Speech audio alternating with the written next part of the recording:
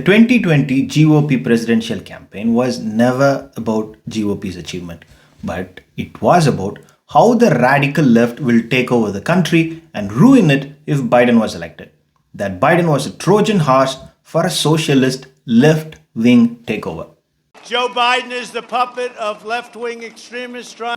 The idea was sinister: to kill three birds at once. Biden is not mentally strong, so he will allow the radical socialist left wing of the Democratic Party to take control, and together they will drive the great economy built by Trump into the ground, damage the then Democratic nominee standing with the public, while also doing the best to make the country for the left.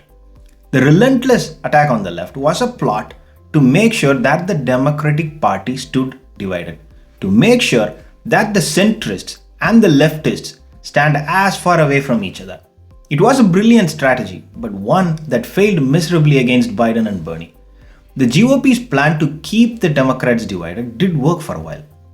Biden hardly allowed any progressive talking points outside of climate change to slip into his campaign. He kept them at arm's length, and even when pressure mounted on him from the left to endorse packing the Supreme Court after Justice Ruth Bader Ginsburg's death, Biden kept quiet, sending the progressives who were pouring money into Democratic campaigns all over the country into a fit of rage. But he stood still and weathered the storm. But the GOP must have been happy to see the two factions within the Democratic Party function as silos as we headed into the November 3rd elections. They must have been gleefully smiling when Biden kept saying that he will reach out to them and give bipartisanship a chance. They must have thought, if Biden wins, they can do a Obama Part 3, work with him publicly and do everything privately to stop him and his agenda in his tracks. But little did they expect, Biden will do a 180-degree spin and start looking inwards to pass his agenda. That he will forge an extremely strong relationship with Bernie Sanders. That 50-50 vote on the COVID relief bill must have stung. Bill Clinton could not hold his 57 senators together, and Obama couldn't keep his 60 votes in line when he needed it. But Biden, with exactly zero margin for error, held the 50 votes in line to pass a huge piece of legislation through the Senate. This was not supposed to happen. Now all the money that has been pumped into the country will boost the economic recovery even further. More than 70 million people are vaccinated. So what is there to stop the economic recovery now? Not much. Where will be the depression that the former guy kept promising us if Biden was elected? If anything, Biden may end up leading the country into a massive economic growth this year and the next.